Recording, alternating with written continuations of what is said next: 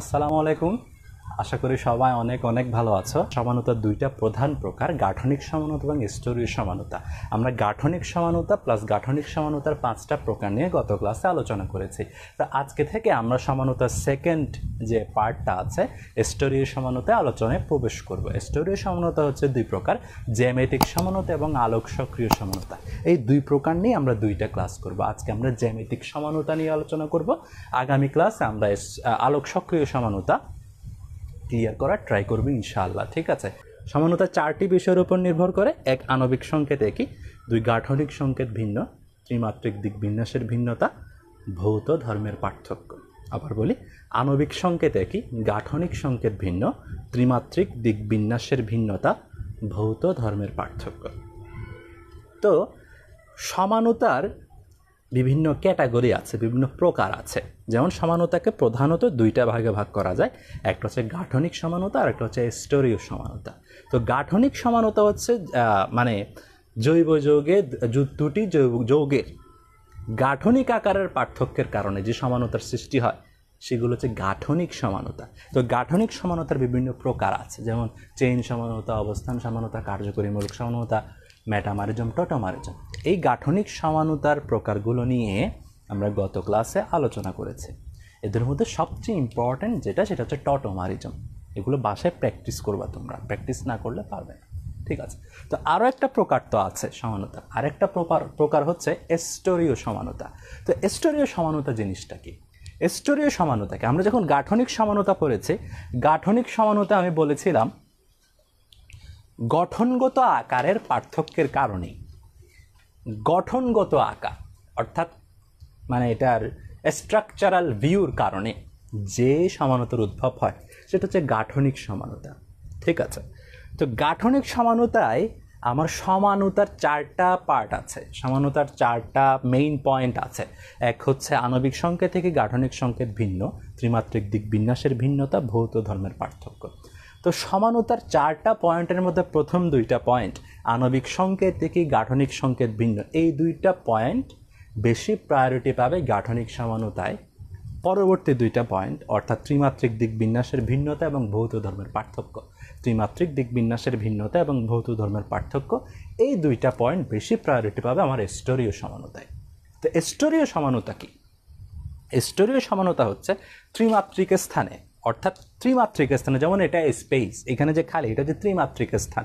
ত্রিমাত্রিক স্থানে বা স্পেসের মধ্যে পরমাণুর স্থানিক বিন্যাসের পার্থক্যের কারণে, অর্থাৎ একটা যৌগের সমাণুসমূহের 3 ডাইমেনশনাল ভিউ, মানে এর 3D ভিউটার পার্থক্যের কারণে, 3 ডাইমেনশনাল ভিউর পার্থক্যের কারণে, ত্রিমাত্রিক দিক বিন্যাসের ভিন্নতার কারণে যে সমানতার সৃষ্টি হয় সেটা হচ্ছে স্তরীয় সমানতা। আবার বলি, স্তরীয় সমানতাকে, স্তরীয় সমানতা হচ্ছে ত্রিমাত্রিক দিক বিন্যাসের ভিন্নতার ফলে, ত্রিমাত্রিক দিক বিন্যাসের ভিন্নতার ফলে যে সমানতা উদ্ভব হয় সেটা হচ্ছে স্তরীয় সমানতা। স্তরীয় সমানতা হচ্ছে 2 প্রকার, মাথায় রাখতে হবে। এক, জ্যামিতিক সমানতা, তারপর আলোক সক্রিয় সমানতা। ঠিক আছে। জ্যামিতিক সমানতা, আলোক সক্রিয় সমানতা। পরীক্ষায় আমি বলেছিলাম কোশ্চেন প্যাটার্নে জৈব রসায়ন অধ্যায় থেকে 3টা সৃজনশীল আসবে। তুমি যে বোর্ডেরই হও, 3টা সৃজনশীল আসবে। 3টা সৃজনশীলের যে কোনো একটা সৃজনশীল সমানতার উপর হবে, ফিক্সড। 3টা সৃজনশীলের যে কোনো একটার গতে অথবা ঘতে সমানতা থেকে প্রশ্ন পাবে। বোর্ড কোয়েশ্চেন অ্যানালাইসিস করে বিগত 5, 6, 7 সালের বোর্ড কোয়েশ্চেন অ্যানালাইসিস করে আমি দেখেছি, আমার ব্যক্তিগত এক্সপিরিয়েন্স থেকে যেটা বলবো, স্তরীয় সমানতা থেকে সৃজনশীলে বেশি প্রশ্ন আসে। তার মানে কি গাঠনিক সমানতা আসবে না? নো, এটা বলছি না। গতে অথবা ঘতে সৃজনশীলে, গতে অথবা ঘতে, হয় গ ঘ উভয়ই সমানতা থেকে হবে। সমানতা থেকে স্তরীয় সমানতা যে পার্টটা আছে, স্তরীয় সমানতার যে পার্টটা আছে, জ্যামিতিক সমানতা, আলোক সক্রিয় সমানতা, এই পার্ট থেকে সৃজনশীলে বেশি প্রশ্ন আসে। গাঠনিক সমানতাও পারতে হবে, গাঠনিক সমানতা থেকেও আসার সম্ভাবনা আছে, তবে স্তরীয় সমানতা থেকে সৃজনশীলে বেশি এসেছে, এটা আমার ব্যক্তিগত অভিজ্ঞতা। তো আমাদেরকে সৃজনশীলের প্রিপারেশনটা নিতে হবে সাথে সাথে সাথে সাথে, পড়ার পাশাপাশি সৃজনশীলের প্রিপারেশনটাও নিতে হবে, ঠিক আছে? তো আমরা পড়ায় আসবো এখন। মূল আলোচনা করার আগে আমি বারবার বলি, প্রপার প্ল্যানিংয়ের অভাবে আমরা মানে পড়াটা ঠিকভাবে করতে পারি না। তো আমি যেটা বললাম, স্তরীয় সমানতা যেটা আমরা স্টার্ট করতে যাচ্ছি, এটা থেকে তোমরা পরীক্ষায় প্রশ্ন পাবে, যেখানেই পরীক্ষা দাও, সেটা টেস্ট পরীক্ষা হতে পারে, সেটা বোর্ড পরীক্ষা হতে পারে। ইভেন আমার পড়ার লেকচারের মধ্যে এমন এমন কথা তোমরা শুনতে পাবে যেগুলো তোমাদের অ্যাডমিশন টেস্টে অনেক হেল্প করবে, অ্যাডমিশন টেস্টের জন্য অনেক হেল্পফুল। হ্যাঁ, ঠিক আছে। নর্মাল বইতেও এমন কিছু কথা, আমি বইয়ের বাইরে এমন কিছু কথা আমি বলবো যেগুলো তোমাদের অ্যাডমিশন টেস্টে কাজে লাগবে, আলহামদুলিল্লাহ, ঠিক আছে। তো আমরা আজকে আলোচনা করব স্তরীয় সমানতার প্রথম প্রকার জ্যামিতিক সমানতা নিয়ে। জ্যামিতিক সমানতা নিয়ে, তো জ্যামিতিক সমানতার আলোচনা শুরুর আগে আমাকে তোমাদের বেসিকটা ক্লিয়ার করতে হবে। বেসিক যদি ক্লিয়ার না হয়, ধরা বাঁধা তোতা পাখির মতো পড়তে থাকো, স্যারে বোঝাই গেল, ক্লাস শেষে বললো কারা কারা বুঝছে, বলো হ্যাঁ স্যার বুঝছে, কিন্তু আসলে কিছু বুঝে নেই। তা আমার ক্ষেত্রে ওরকম না, আমার ক্লাসে কোনো প্রশ্ন করা যাবে না, কিছু করা যাবে না, জাস্ট আমি যা দিব তা বুঝতে বাধ্য, এটা হচ্ছে নিয়ম। আমি জিজ্ঞাসাও করবো না, বুঝছো, ঠিক আছে? ওকে, তো আমরা জ্যামিতিক সমানতার আলোচনা স্টার্ট করতে যাচ্ছি। তো আমি প্রথমে তোমাদেরকে ক্লাসের প্রেজেন্টেশনটা একটু পড়ে শোনাবো। জ্যামিতিক সমানতার অপর নাম সিস ট্রান্স সমানতা। সিস ট্রান্স সমানতা, এগুলো পরে। সিস অর্থ একই পাশে, খাতায় লিখে ফেলো এগুলো। ট্রান্স অর্থ বিপরীত পাশে, ঠিক আছে? সিস ট্রান্স সমানতা নির্ধারিত হয় হাই প্রায়োরিটি এবং লো প্রায়োরিটি মূলক দ্বারা। আমরা এগুলো নিয়ে বিস্তারিত আলোচনা করব। আমি ক্লাসের আগে তোমাদেরকে এই প্রেজেন্টেশনটা কিন্তু গ্রুপে পোস্ট করি। পোস্ট করার কারণ একটাই, তোমরা এটা খাতায় আগে ক্লাসের আগে লিখে ফেলবে, ঠিক আছে? তো জ্যামিতিক সমানতার শর্ত আছে। জ্যামিতিক সমানতার শর্ত হচ্ছে কার্বন কার্বন অক্ষ বরাবর মুক্ত আবর্তন সম্ভব নয়, সিস ট্রান্স সমানতা বিদ্যমান, অপ্রতিস্থাপিত অ্যালকিন দ্বিবন্ধনের উপস্থিতি, ঠিক আছে? এই ছিল জ্যামিতিক সমানতা ক্লাসের বেসিক প্রেজেন্টেশন। এখন আমরা ব্যাখ্যায় চলে যাব। আমি বলেছি সিস অর্থ একই পাশে, ট্রান্স অর্থ বিপরীত পাশে। জ্যামিতিক সমানতার অপর নাম হচ্ছে সিস ট্রান্স সমানতা। সিস ট্রান্স সমানতা, ঠিক আছে? তো এই সিস ট্রান্স সমানতা জিনিসটা আমাদেরকে বুঝতে হবে।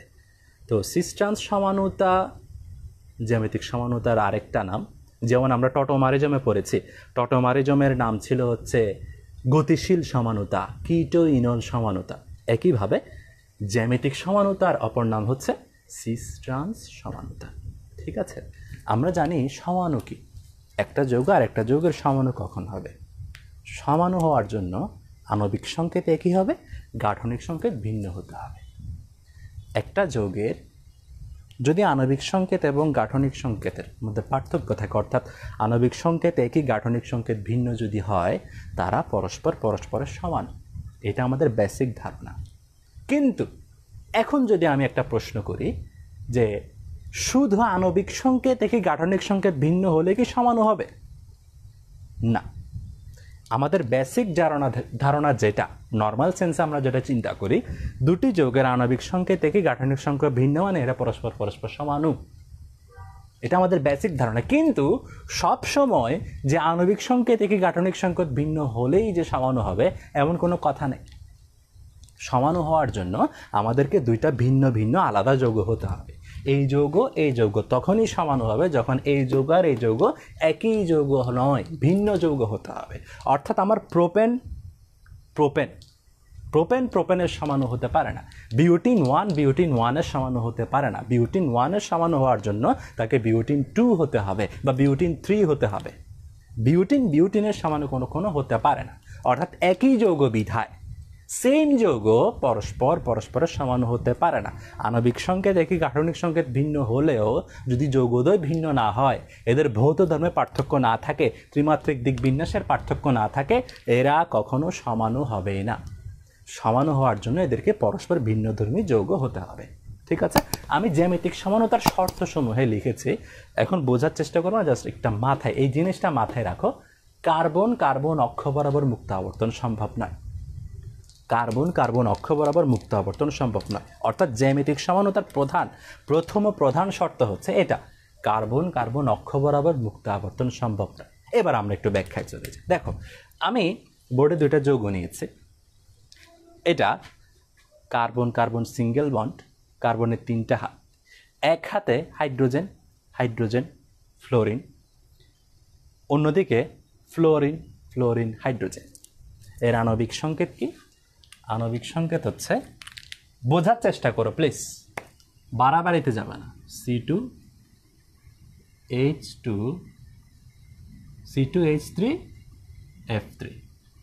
ঠিক আছে? ঠিক আছে, আমরা এটা দেখি। সেম টাইপের কার্বন, হাত আছে HHF, এখানে FFH ছিল না, এখানে HFF হয়ে গেল। অর্থাৎ এই জায়গায় একটু পার্থক্য আমরা লক্ষ্য করছি, যে উপরে 2টা F ছিল, এখন উপরে একটা H, F নিচে নেমে গেছে। এটারও আণবিক সংকেত C2H3F3। জাস্ট বোঝার চেষ্টা করো, C2H3F3 আণবিক সংকেত C2H3F3, এটারও C2H3F3। এটা দেখতে একরকম, এটা দেখতে আমরা একটু পার্থক্য লক্ষ্য করছি। এখানে F নিচে, H উপরে। আমাদের মনে হতে পারে, এখন যদি প্রশ্ন করি এই যৌগ এবং এই যৌগ পরস্পর সমানও কি না, এই যৌগ এবং এই যৌগ পরস্পর সমানও কি না, যদি তোমাদেরকে কোয়েশ্চেন করি, তোমরা বলবে হ্যাঁ স্যার, এই যৌগ পরস্পর অবশ্যই সমানু। কেন সমানু? কারণ এদের আণবিক সংকেতে কি, গাঠনিক আকার ভিন্ন। গাঠনিক আকার কিভাবে ভিন্ন? স্যার এখানে উপরে FFH, এখানে HFF, তাহলে আমাদের গঠনগত আকৃতিও ভিন্ন আছে, আণবিক সংকেত একই, তাই এরা পরস্পরের সমানু।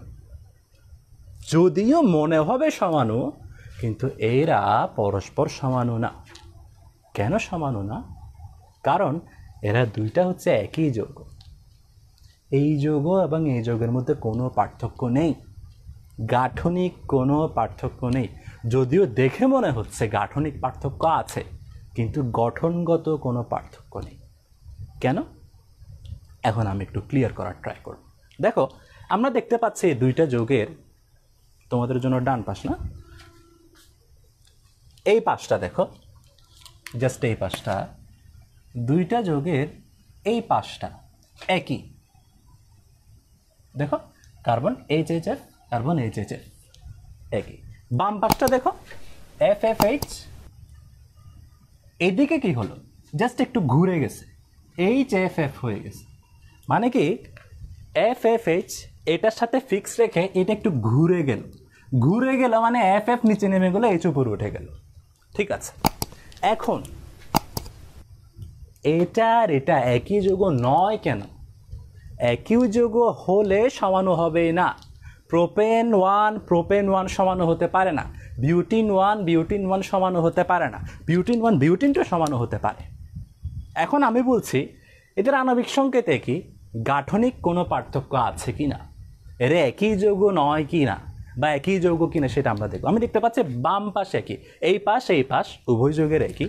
আমি যদি এই পাশ যাই, জাস্ট জিনিসটা এভাবে ঘুরে গেছে। দেখো, সি এটা ফিক্স রেখে FF নিচে নেমে গেছে, H জাস্ট একটু ঘুরে গেল। এই জিনিসটা ঘুরে গেছে মানে FF নিচে নেমে গেছে, H উপরে উঠে গেছে। ঘুরে যাওয়া থেকে গাঠনিক আকার চেঞ্জ না, কারণ এদের মধ্যে কার্বন কার্বন সিঙ্গেল বন্ড বিদ্যমান। সিঙ্গেল বন্ড থাকার কারণে কার্বন কার্বন যে সিঙ্গেল বন্ড আছে এরা ঘুরতে পারে। আমি তোমাদেরকে জিনিসটা একটু ক্লিয়ার করে দেখো।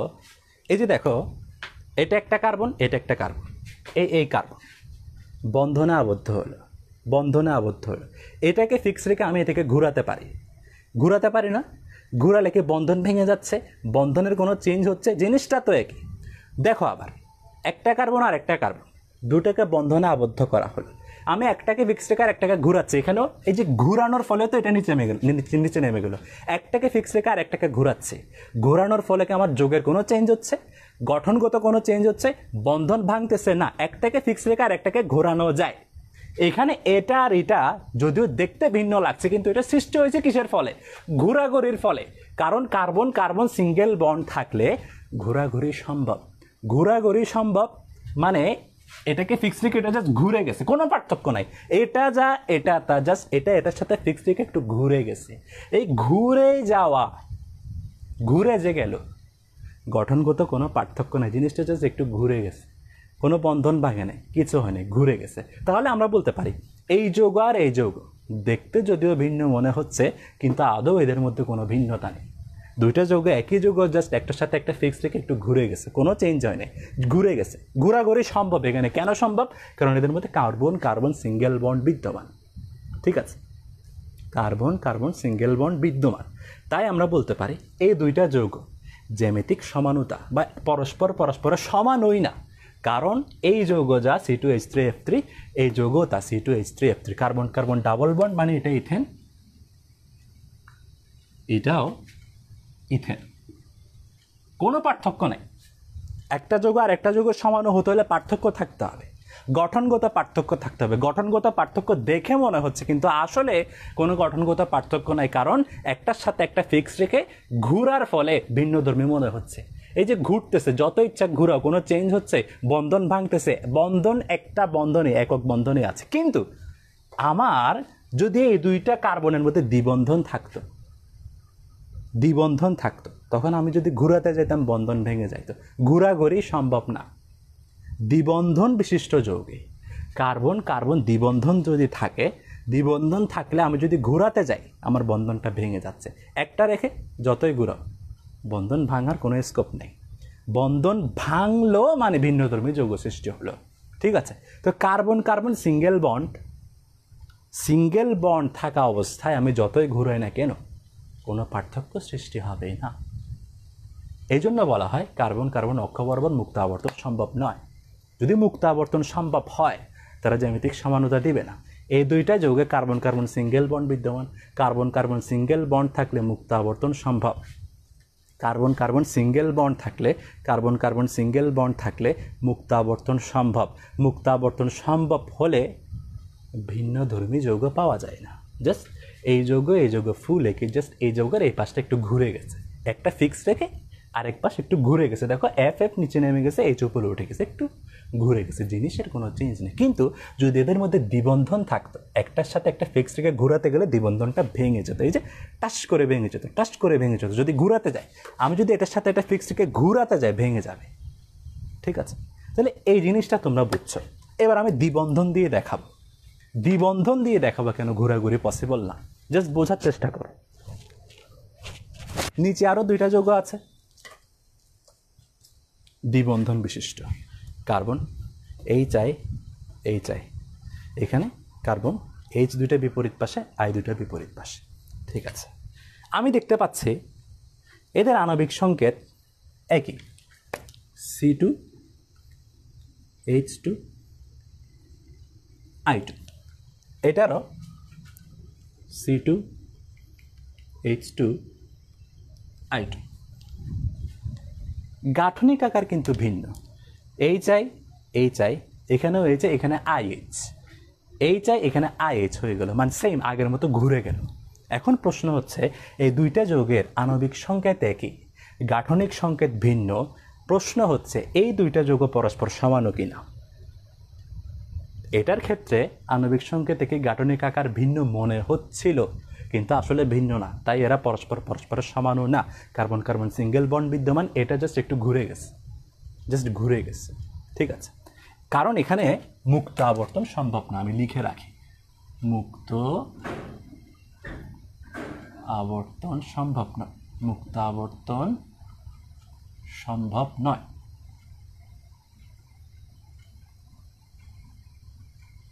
এই দুটো যৌগ পরস্পরের সমানও নয়, কারণ এদের মধ্যে মুক্ত আবর্তন সম্ভব নয়। এটা নিয়ে চিন্তা করি এখন।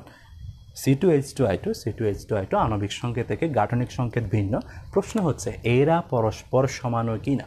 এরা পরস্পর সমান, কারণ আমরা যদি দেখি দুইটা যৌগেরই আমাদের এই পাশটুকু CHI সেম। এই পাশটা দেখো CHI, এখানে I, জাস্ট এই পাশটা একটু ঘুরে গেছে, এই পাশটা ঘুরে গেছে মানে আই উপরে উঠে গেছে, এইচ নিচে নেমে গেছে। আচ্ছা, এখন এটা থেকে এটা যে হলো, আসলে কি ঘোরার মাধ্যমে হয়েছে নাকি এমনি এমনি হয়েছে? আমি বললাম ঘুরে গেছে, কিন্তু আসলে ঘুরে যায়নি, কারণ এদের মধ্যে কার্বন কার্বন ডাবল বন্ড বিদ্যমান। ডাবল বন্ড বিদ্যমান থাকলে আমি একটার সাপেক্ষে আরেকটা যখন ঘুরাতে যাব, দ্বিবন্ধনটা ভেঙে যাবে, যেটা আদৌ পসিবল না। দ্বিবন্ধন ভাঙছে না, বন্ধন না ভেঙে আমরা এই যৌগটা পাচ্ছি। তাই আমরা বলতে পারি এই যৌগ এবং যৌগ পরস্পর ভিন্ন ধর্মী যৌগ, কারণ এদের মধ্যে ঘোরাঘুরি সম্ভব না। ঘোরাঘুরি সম্ভব হলে একই যৌগ হতো। এদের মধ্যে কার্বন কার্বন ডাবল বন্ড বিদ্যমান, যেহেতু ডাবল বন্ড বিদ্যমান আমরা বলতে পারি এদেরকে আমরা ঘুরাতে পারি না। ঘুরালে বন্ধন ভেঙে যাবে, ঘুরালেই বন্ধন ভেঙে যাবে। একটার সাপেক্ষে একটা ফিক্স রেখে আমি যতই ঘুরাতে যাই, ঘুরালে বন্ধন ভেঙে যাবে, ঘুরাতে পারবো না। ঘুরালে সেম যৌগ, ঘুরাতে পারবো না। এটা আর এটা ফিক্স রেখে আমি ঘুরাতে পারবো না, কারণ এদের মধ্যে ডাবল বন্ড বিদ্যমান। ঘুরাতে গেলে বন্ধন ভেঙে যায়, ঘুরাতে পারবো না, কিন্তু আমি পাচ্ছি এই যৌগটা। এটা ঘূর্ণনের ফলের সৃষ্টি হয়নি। তাই আমরা বলতে পারি C2H2I2 দ্বিবন্ধন বিশিষ্ট, কার্বন কার্বন দ্বিবন্ধন আছে, দ্বিবন্ধন বিশিষ্ট এই দুটি যৌগ পরস্পর পরস্পরের সমান, কারণ এই যৌগ আর এই যৌগ একই যৌগ নয়। এটা থেকে এটা ঘূর্ণনের ফলে সৃষ্টি হয় নাই। আগেরটাতে কার্বন কার্বন একক বন্ধন ঘূর্ণনের ফলে সৃষ্টি হয়েছিল, এটা থেকে এটা ঘূর্ণনের ফলে একক বন্ধন ঘূর্ণনের ফলে সৃষ্টি হয়েছে, কোনো চেঞ্জ নেই। কিন্তু এখানে carbon carbon double bond, double bond থাকলে আমরা এদেরকে ঘোরাতে পারি না, ঘোরাতে গেলে বন্ধন ভেঙে যায়, বন্ধন ভেঙে গেলে যৌগটাই থাকবে না। তাই আমরা বলতে পারি এটা থেকে এটা যে সৃষ্টি হলো, আমি এটা আর এটা দুটো ভিন্ন ধর্মী যৌগ বলতে পারি, কারণ এটা ঘোরাঘুরির ফলে সম্ভব হয় নাই, এদের মধ্যে ঘোরাঘুরি সম্ভব না। তাই আমরা বলতে পারি এই যৌগ আর এই যৌগ পরস্পর সমান, কারণ এদের মধ্যে মুক্ত আবর্তন, এটা তো সম্ভব, মুক্ত আবর্তন সম্ভব। কেমন? এটাতে হবে মুক্ত আবর্তন সম্ভব নয়।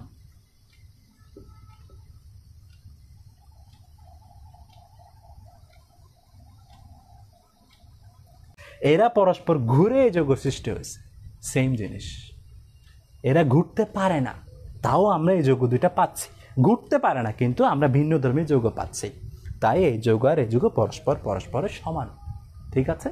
ডাবল বন্ড আছে, যদি ঘুরাতে যায় বন্ধন ভেঙে যায়। ফিক্সড রেখে আমি এই যৌগটা পাচ্ছি, ফিক্সড রেখে আমি এই যৌগটা পাচ্ছি। তাই আমরা বলতে পারি যৌগদ্বয় পরস্পর পরস্পরের সমান। ক্লিয়ার? তাহলে জ্যামিতিক সমানতা হওয়ার মানে দুটি যৌগ পরস্পর সমান হওয়ার প্রধান শর্ত কি? প্রধান শর্ত হচ্ছে এদেরকে ভিন্নধর্মী যৌগ হতে হবে, ভিন্নধর্মী যৌগ হতে হবে। যৌগদ্বয়ের মধ্যে যদি সিঙ্গেল বন্ড থাকে, সিঙ্গেল বন্ড থাকলে ভিন্নধর্মী যৌগ পাওয়া যায় না, ভিন্নধর্মী যৌগ পাওয়া যায় না। ঠিক আছে? যদি দ্বিবন্ধন বা ত্রিবন্ধন থাকে তাহলে ঘোরাঘুরি সম্ভব না, ঘোরাঘুরি সম্ভব না হলে ভিন্নধর্মী যৌগ পাওয়া যায়। তাহলে জ্যামিতিক সমানতার প্রথম প্রধান শর্ত যেটা, কার্বন কার্বন অক্ষ বরাবর মুক্ত আবর্তন সম্ভব নয়, কার্বন কার্বন অক্ষ বরাবর মুক্ত আবর্তন সম্ভব নয়, সেটা আমি ব্যাখ্যা করলাম। ঠিক আছে? এখন আমি তোমাদেরকে সিস ট্রান্স কথাটা একটু ক্লিয়ার করব। জ্যামিতিক সমানতার অপর নাম সিস ট্রান্স সমানতা। সিস অর্থ একই পাশে, ট্রান্স অর্থ বিপরীত পাশে। জিনিসটা একটু ক্লিয়ার করি তোমাদেরকে। আমি একটু আগে যে যৌগটা ড্র করেছিলাম সেটা হচ্ছে এই যে দেখো, এটা কার্বন কার্বন এই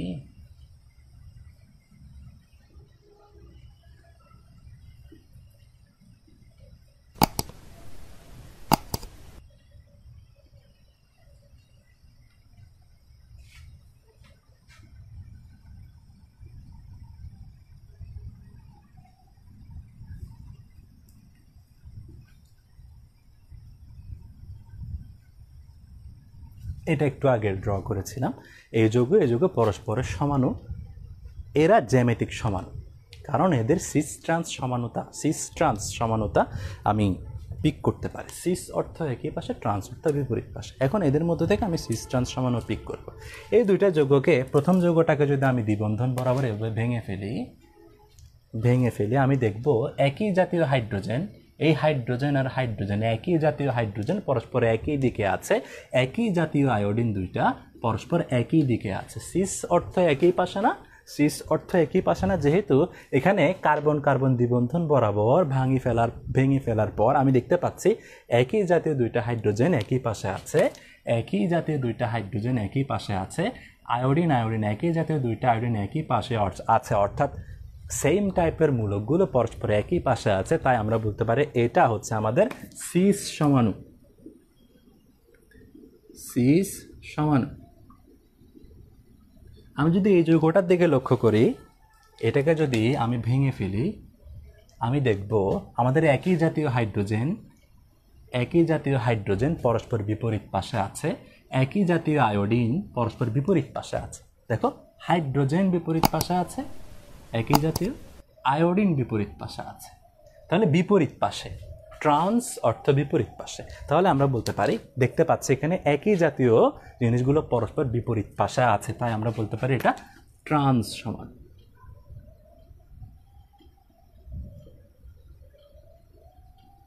আমরা সিস ট্রান্স সমানতা নিয়ে আলোচনা করছি।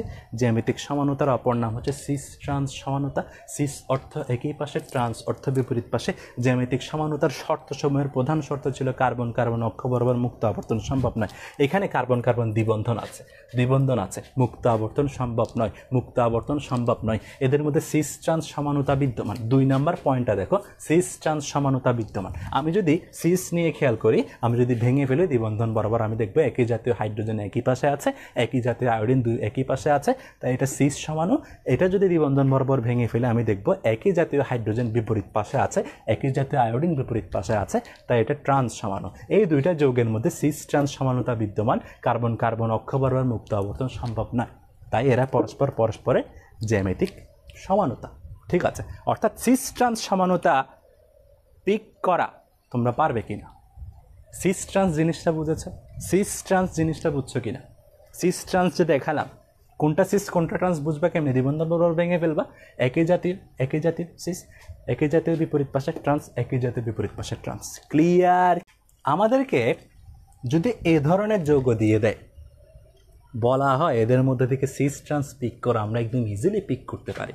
সিস ট্রান্স পিক করি, দ্বিবন্ধন বরাবর ভেঙে ফেলে মূলকগুলো কোন পাশে আছে সেটা থেকে আমরা বলতে পারি এটা সিস, এটা ট্রান্স।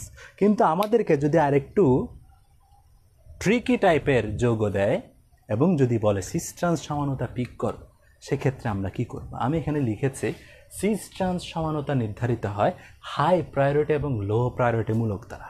হাই প্রায়োরিটি এবং লো প্রায়োরিটি মূলক দ্বারা। দেখো, এখানে এই দুইটার মধ্যে হাইড্রোজেন আর আয়োডিন, এই দুইটার মধ্যে কে বড়?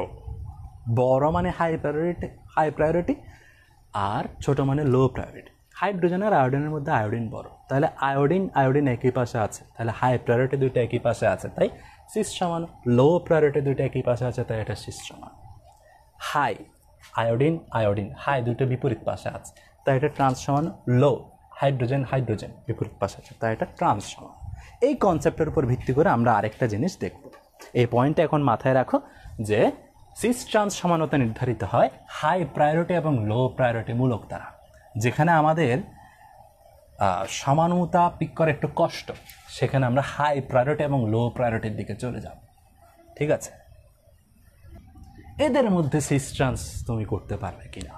সিস ট্রান্স আগেরটাতে জাস্ট একদম যে দ্বিবন্ধন বরাবর ভাগ করে ফেলছে, একই জাতীয় দুইটা হাইড্রোজেন একই পাশে আছে, একই জাতীয় দুইটা আয়োডিন একই পাশে আছে, সিস সমান একই জাতীয়। এখান থেকে একই জাতীয় তুমি পিক করতে পারবে কিনা? চারটাই তো ভিন্ন, iodine chlorine fluorine bromine, iodine bromine chlorine fluorine, দুইটাই তো ভিন্ন, সবই তো ভিন্ন। এখানে তুমি একই জাতীয় কীভাবে পিক করবা? এখানে আমি যে পয়েন্টটা লিখেছি, সিস ট্রান্স সমানতা নির্ধারিত হয় হাই প্রায়োরিটি এবং লো প্রায়োরিটি মূলক দ্বারা। এখান থেকে আমাদেরকে হাই প্রায়োরিটি এবং লো প্রায়োরিটি পিক করতে হবে। হাই প্রায়োরিটি লো প্রায়োরিটি কীভাবে পিক করে? যার পারমাণবিক আকার বড়, যার আণবিক ভর বেশি, তার প্রায়োরিটি বেশি। যার প্রায়োরিটি বেশি সে হাই প্রায়োরিটি, যার পারমাণবিক ভর কম, পারমাণবিক আকার ছোট, তার প্রায়োরিটি কম, তাই সে লো প্রায়োরিটি মূলক।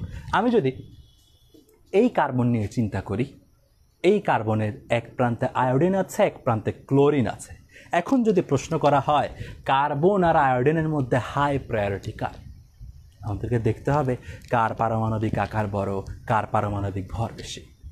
ক্লোরিন আয়োডিন, আমরা নর্মাল সেন্সে বলতে পারি ক্লোরিন আর আয়োডিনের মধ্যে আয়োডিন বড়, যেহেতু আয়োডিন বড়, ফ্লোরিন, ক্লোরিন, ব্রোমিন, আয়োডিন বড়, তাই আয়োডিন আমাদের হচ্ছে হাই প্রায়োরিটি, ক্লোরিন হচ্ছে লো প্রায়োরিটি। ক্লিয়ার? এবার এইদিকে দেখো, এই কার্বনের সাথে আছে ফ্লোরিন এবং ব্রোমিন। যদি প্রশ্ন করা হয় ফ্লোরিন এবং ব্রোমিনের মধ্যে হাই প্রায়োরিটি লো প্রায়োরিটি ডিফাইন করতে, আমরা দেখব ফ্লোরিন ছোট, ব্রোমিন বড়, তাই এটা লো প্রায়োরিটি, এটা হাই প্রায়োরিটি। ঠিক আছে, আমরা দেখতে পাচ্ছি হাই প্রায়োরিটি। দেখো আয়োডিন, ব্রোমিন হাই প্রায়োরিটি, দুটা হাই প্রায়োরিটিমূলক বিপরীত পাশে আছে, দুটা লো প্রায়োরিটিমূলক বিপরীত পাশে আছে, তাই আমরা বলতে পারি এটা ট্রান্স সমাণু।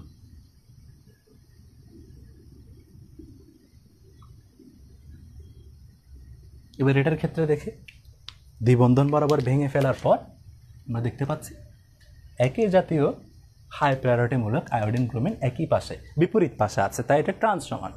একই জাতীয় ক্লোরিন, ফ্লোরিন লো প্রায়োরিটিমূলক বিপরীত পাশে আছে, তাই এটা ট্রান্স সমাণু। এবার এটার ক্ষেত্রে দেখি, আমি দ্বিবন্ধন বরাবর ভাগ করে ফেলবো। আমি এই কার্বনে দেখি আয়োডিন আর ব্রোমিন আছে, আয়োডিন আর ব্রোমিনের মধ্যে কে হাই প্রায়োরিটি? অবশ্যই ব্রোমিন কি হাই প্রায়োরিটি নাকি? হ্যাঁ,